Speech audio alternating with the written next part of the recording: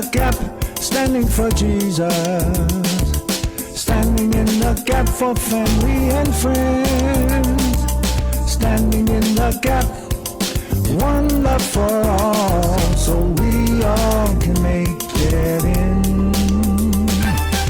What does all that mean? Well, you know, we try to make sure that the things that are happening today, you know, a lot of people read the Bible and they read it as something that happened so many years ago, thousands of years ago, and wondering what relevance does it have today. So what we have done is to try to keep you informed of the current events that are happening in this spiritual warfare, in this war that we're in, and how it relates to the Word of God. And we have a segment in our broadcast that we call Gap News. Gap News. And well, Gap News, and Marvel is in charge of Gap News, and she's been doing a wonderful job. And she brings some certain things to the front. And if you've been watching current events these last few weeks, you understand that there's so much going on. And if you look at it from a certain angle and all that, you know, this is a mess. What can we do about it? And all that. Well, we're here to let you know that God is still on the throne. But a lot of people miss it. So, Marvel, you take it away. Tell us what's going on in Gap News. I'm back. So, this has been a crazy, crazy week in U.S. politics. And so I loved what one of our Congress people said. She said, it's just a pigsty. And so I'm calling this Gap News the GOP Pigsty. Let's take a look.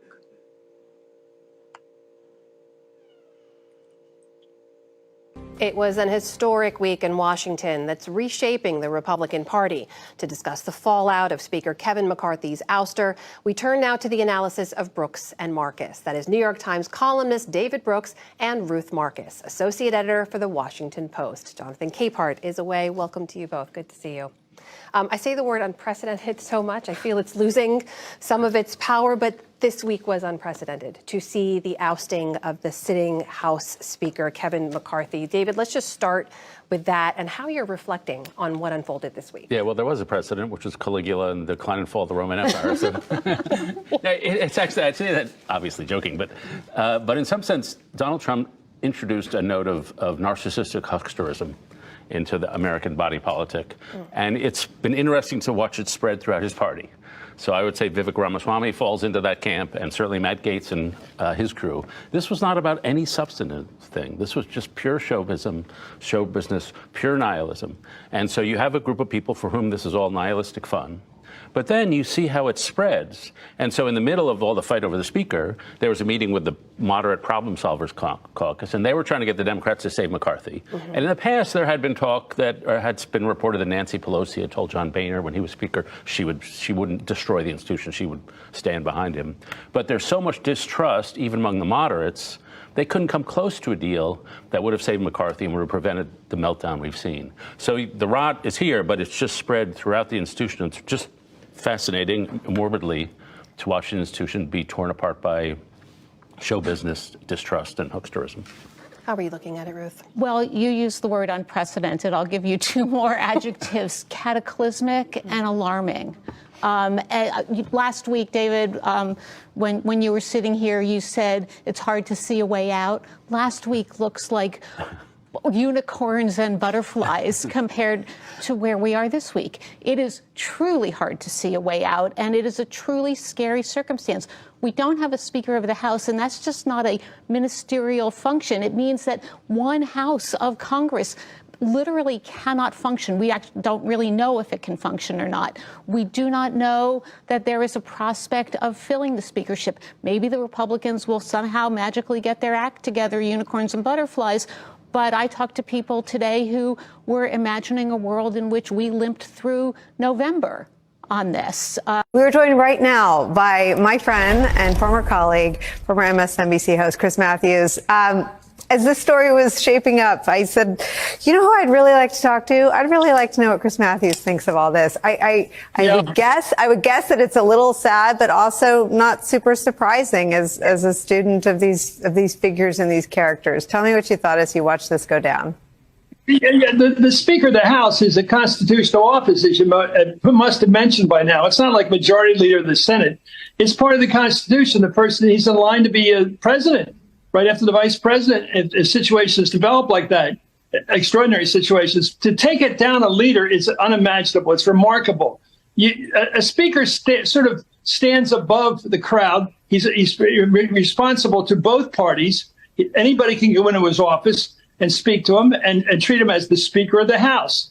And so it's not just another political job, and it's not just a hack's job, I can tell you. It's a job for a leader, somebody who can pull their party caucus with them. And I think sometimes it's easier if you're on the left in the Democratic Party like Pelosi, or if you're Schumer. Somehow if you're from one of the coasts, it may be better for you because you're one of the people that might cause trouble in terms of leadership. I think Pelosi can talk to AOC, for example. The president, of course, Biden can talk to Bernie Sanders. They can talk to each other. It's not like they're from extreme differences. It's hard for somebody in McCarthy's situation who doesn't have a clear ideology that's recognizable. He doesn't seem to represent the heart and soul of the Republican Party as it is today, which is mainly MAGA, but not all MAGA. There's a lot of quiet conversations that go on. You're not really MAGA in many cases, so people are maybe hoping for the future when it arrives. But it's remarkable because the Speaker, the idea that you could bring him down with one vote is extraordinary. That condition that McCarthy had to set to become Speaker is probably the problem, to allow yourself open to just one malcontent, basically. And this guy apparently has a grudge, and he's operating on his grudge. There's always somebody that's unhappy. And I guess Matt Gaetz is the one who's unhappy right now. Jake Sherman tweeted that for the last 12 years, members of the Republican House Conference have been at war with their leader. And that made me think, and you covered a lot of this era, too. I mean, Boehner was pushed out by the extreme in his caucus. Paul Ryan. I mean, it is sort of the mod. It's not a new news story. It just seems that they're going to new lengths to punish their leaders. Well, Matt Gaetz, the 42-year-old Republican congressman who overthrew the Speaker of the House today, had not been born yet when Republican Ronald Reagan began running against government. Ronald Reagan was the first Republican president to be rhetorically, and only rhetorically, anti-government. The last Republican president elected before Reagan, Richard Nixon, was a very conservative Republican, but he believed in government's capacity to solve problems. But the young Republicans listening to Reagan in those days were too young to know that Reagan didn't mean what he was saying. And now many of those Republicans are in the House of Representatives, and even younger Republicans who never heard Ronald Reagan speak are among the most energetic traffickers in rhetoric that expresses uncontrollable hatred of government, the American government, including parts of the government that were Ronald Reagan's favorites, like the FBI. Republicans, and only Republicans in Congress, want to abolish the FBI. They say they want to destroy everything in government. They say the only reason to preserve the Justice Department in any form is to use it to prosecute Republicans' political opponents and no one else. And when they say that, they are echoing the leading Republican presidential candidate who is openly campaigning for the presidency simply so he can use the presidency for his own personal purposes. That is the kind of madness Kevin McCarthy was trying to preside over in the House of Representatives until today, when just one member of the Republican Party filed a motion for a vote on removing Kevin McCarthy from the speakership. The motion is called a motion to vacate the chair. 210 Republicans voted to keep Kevin McCarthy in his job. 8 Republicans voted to remove him. And in Republican world, 8 Republicans beats 210. which is, in its way, poetic justice for a party that believes in minority control of government. And so, for the first time in history, a speaker was removed by a motion to vacate. And then Kevin McCarthy said this. Unfortunately, 4% of our conference can join all the Democrats and dictate who can be the Republican speaker in this House. I don't think that rule is good for the institution, but apparently I'm the only one.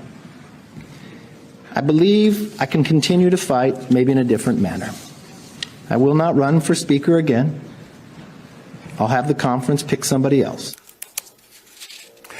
The House of Representatives is now closed for business for a week. Republicans are expected to try to elect a speaker on Wednesday of next week. Here is a sample of the last words America heard from Republicans in Congress before they shut down the House of Representatives for at least a week. There's a second group, small group. Honestly, they're willing to plunge this body into chaos and this country into uncertainty for reasons that only they really understand. This Republican majority has exceeded all expectations. It is astonishing to hear any colleague give Speaker McCarthy credit. Voting yes is at the least a disruptive overreaction. In reality, it's selfish, bad for conservative policies. The incentive structure in this town is completely broken. We no longer value loyalty, integrity, competence, or collaboration. Oh, look at that. Oh, look, give me money. I filed the motion to vacate. Using official actions to raise money. It's disgusting. House Republicans will try to elect a new speaker next week. Two congressmen are running, Majority Leader Steve Scalise and Chairman of the House Judiciary Committee, Jim Jordan. Both have amassed about a dozen endorsements, each from within their own conference. And now former President Donald Trump is picking a side. Scott McFarland joins us now from Capitol Hill. So, Scott, what are some of the points of contrast between Scalise and Jordan that could really have an impact? Start off with Jim Jordan, obviously a Fox News staple, somebody who's well known because he's been a firebrand and among the most loyal and ardent supporters of Donald Trump. Chair of the House Judiciary Committee and somebody who is leading, if not the leader, of the investigations into President Biden and his son Hunter. Steve Scalise has been a fundraising force. He has built a leadership style as the House Majority Leader. He has been pretty steady in getting support in the South, in Texas, in the Southeast, near his home state of Louisiana. But there are some subtle differences, right? I mean, you have the Trump endorsement for Jim Jordan. Steve Scalise has a track record of leadership. Those are particularly noticeable contrast when you're trying to subdivide the House Republican Conference and win votes. But Catherine, I think the bottom line here is neither has a clear glide path to the 218 necessary votes. So there's a sense here, this type of... Jim Jordan knew more about what Donald Trump had planned for January 6th than any other member of the House of Representatives. And if the Republicans decide that Jim Jordan should be the Speaker of the House, there will, and by the way, I don't think that's going to happen. I think he'll lose. But if they were to decide that, there would no longer be any possible way to argue that a group of elected Republicans could be counted on to defend the Constitution. Former Republican Congresswoman Liz Cheney with that take on a possible Jim Jordan speakership. Democratic Congressman Jamie Raskin of Maryland serves with Jim Jordan on the House Oversight Committee, where he's the ranking member, and he joins me now. Jim Jordan, right temperament to be Speaker of the House, Congressman? Well, Jim Jordan is polemical and pugilistic and combative in committee. We shouldn't kid ourselves because he's not without talent and a certain kind of rhetorical flair. He's got a tragic flaw, which is that because of his natural authoritarianism, he loves to cover up and apologize for men in power who abuse their power to vicious ends. And he did that with the sexual abuser on the wrestling team back in Ohio. And of course, he has devoted his career recently to covering up all of the constitutional crimes and offenses and outrages committed by Donald Trump. And I don't quite know what, that psychological characteristic is that drives him to do that. But he has a real penchant for defending people who take power and abuse it. And it's not a good sign. He is not any kind of real budget deficit hawk. He gladly votes for continuing resolutions. And so he really is a right-wing authoritarian culture warrior who mirrors Donald Trump in his basic temperament and political commitments. Donald Trump is newly gagged, ordered yesterday by the New York judge presiding over his civil fraud case, not to speak about any clerks or staff members of the court. However, that limited gag order has not stopped the former president from escalating his attacks, this time on New York Attorney General Letitia James and Judge Arthur Engoron himself. Today, on day 3 of this trial, Trump called the Attorney General a racist and a dirty cop, while also using a racially loaded epithet against her. Inside the courtroom, Trump was reportedly more vocal than he had been on previous days. He expressed his frustrations about not having a jury trial, something he potentially could have had if his lawyers requested one. They did not. Halfway through the day, the former president seemed to have had enough, and during the lunch break, he stormed out to complain to reporters. I'm here, stuck here, and I can't campaign. I'd rather be right now in Iowa. I'd rather be in New Hampshire, or South Carolina, or Ohio, or a lot of other places, but I'm stuck here because I have a corrupt attorney general. They made up a fake case. They're fraudulent people. And the judge already knows what he's going to do. He's a Democrat judge. I'm stuck here. I'd rather be in Iowa. That's what Trump said before he left on his private jet for Florida. So not stuck, also not in Iowa. Shortly after he departed, Attorney General Letitia James had this to say. Mr. Trump's comments were offensive. They were baseless. They were void of any facts and or any evidence. What they were comments that unfortunately fomented violence, comments that I would describe as race baiting. I will not be bullied. And so Mr. Trump is no longer here. The Donald Trump show is over. The reporting comes from ABC News, and it's about the former president on how allegedly reckless he has been. Reckless, again, allegedly beyond keeping highly classified documents at his Florida club in plain view for all to see. Here's the lead paragraph of the story from ABC News' website. Months after leaving the White House, former President Donald Trump allegedly discussed potentially sensitive information about U.S. nuclear submarines with a member of his Mar-a-Lago club, an Australian billionaire who then allegedly shared the information with scores of others, including more than a dozen foreign officials, several of his own employees, and a handful of journalists, according to sources familiar with the matter. Now, the ABC story identifies the billionaire as Anthony Pratt and says the FBI and federal prosecutors have interviewed him at least twice this year. In those interviews, again, according to ABC's sources, Pratt told prosecutors he struck up a conversation with the former president during a meeting at Mar-a-Lago in April of 2021. Quoting from the report, Pratt told Trump he believed Australia should start buying its submarines from the United States, to which an excited Trump, leaning toward Pratt as if to be discreet, then told Pratt 2 pieces of information about U.S. submarines: the supposed exact number of nuclear warheads they routinely carry, and exactly how close they supposedly can get to a Russian submarine without being detected, end quote. ABC further reports that in subsequent emails and conversations, Pratt described what he heard to at least 45 others, including 6 journalists, 11 of his company's employees, 10 Australian officials, and 3 former Australian prime ministers. Sources tell ABC that a Mar-a-Lago employee told investigators that Pratt began telling people within minutes of his conversation with the 45th president. Those same sources saying this employee told investigators he was, quote, bothered and, quote, shocked, unquote, to hear that the former president had provided such seemingly sensitive information to a non-U.S. citizen. While I peel my jaw off the table, tell me what you think Jack Smith's interest is in Mr. Pratt. Sure. So it's useful to think of this in and of itself unrelated to the criminal case, because there's and Pete's going to, I'm sure, talk to you because of what he's done in his career. The fact that the DNI, the intelligence community, this is their worst nightmare. we've been talking so much about, as Jonathan said, about documents being retrieved from Mar-a-Lago, but the information is still in someone's head. And the intelligence community, as we know from what happened right after the search, is doing its own intelligence assessment. This is the nightmare scenario.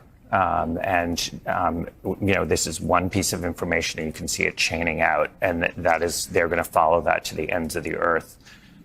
You cannot think of anything more And you're serious. saying they're going to follow it to the ends of the earth as part of an intel spill assessment. Exactly. They need to know where any piece of information, and as Pete knows very well, Mar-a-Lago was a honeypot. To sit there and say it's only to the Australians, it's not. There's many, many more people there, and that's the thing that the intel community has got to be all over. But that's hard. They're going to be doing a total chain of custody, essentially. Right. But then there is the criminal component. This is. I just want to make sure. My view is this is horrendous.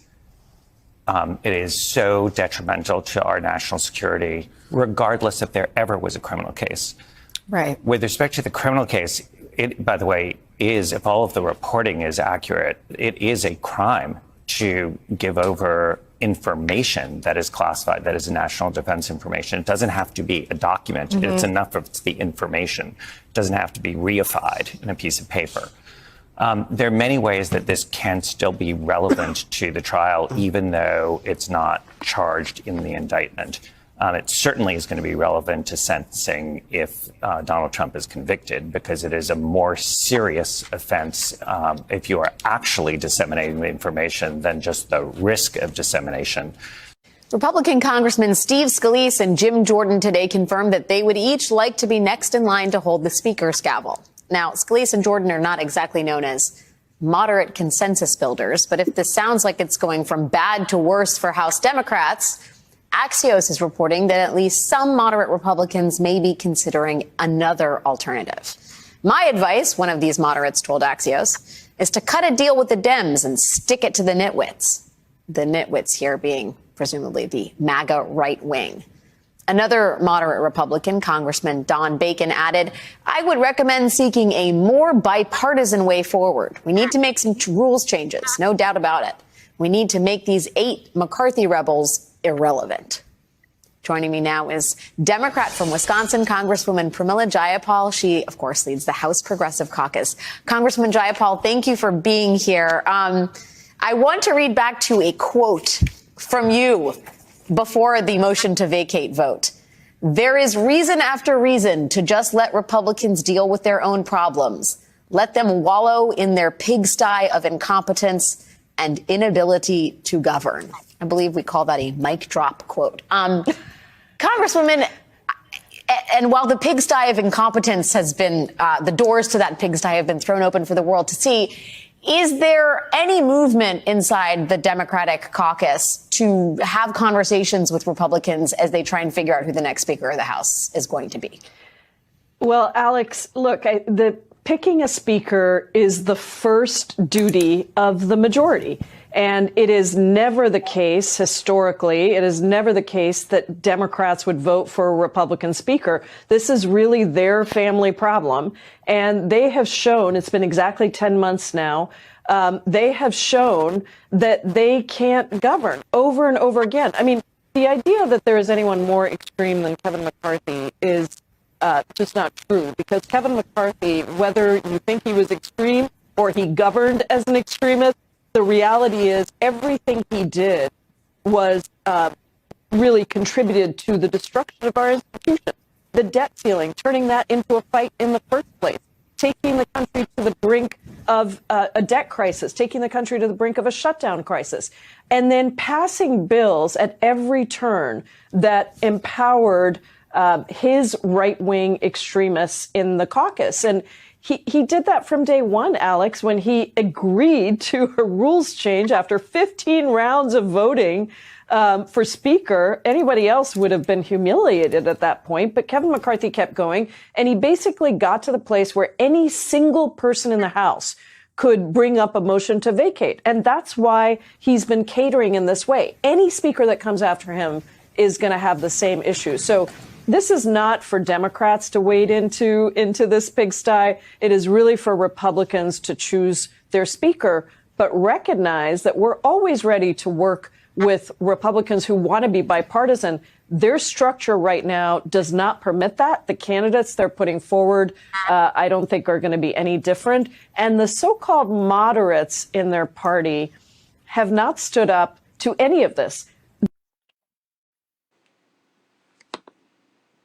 You know, in my Bible study this morning, I was reading James chapter 3. And James chapter 3, verse 16 says, "For where you have envy and selfish ambition, there you find disorder and every evil practice." And that's what we have. We got that pigsty. Honey, what do you have to say about, I mean, it's a dumpster fire. Pigsty. I mean, it's not just the house. It's, you know, the former president. He's acting a fool. And then you watch the Senate over there, McConnell and them, they're just sitting there watching everything. What do you have to say about this? Well, you know, it's kind of apropos for the study we've been in, which is the Constitution versus the Bible. And I was thinking as that was running that what would everybody want to look at the founders? What would the founders think if they were standing there this week watching all this mess? They would say that was not our intention. And it is a mess. It is demonic for it to come down like the way it's coming down. And there's no other answer for what's going on. When some people say, let's burn down the whole government and we don't care who it hurts and all that kind of thing. That's just evil talk. That's I mean, evil. there's no other way to put it. But it is what it is. But people have to keep understanding that God is still on the throne. Yes. Okay? And whether we like the Republicans or the Democrats and all that, just look at Micah. I don't care if you're a Republican. Do justice, love mercy, and walk humbly with your God. Yes. And it's just amazing. The only thing I've been doing all week is just shaking my head, saying, "Wow, look at that." Yeah. You know, we got to pray. We got to pray. Always. Because God is still on the throne and He's still in charge. The other thing I wanted to say is that, you know, people may look at that and say, "Oh, that's going on in Washington and all that." But it affects us at this level, too, because a lot of people at this level are taking their instructions and guidance from what's happening up there.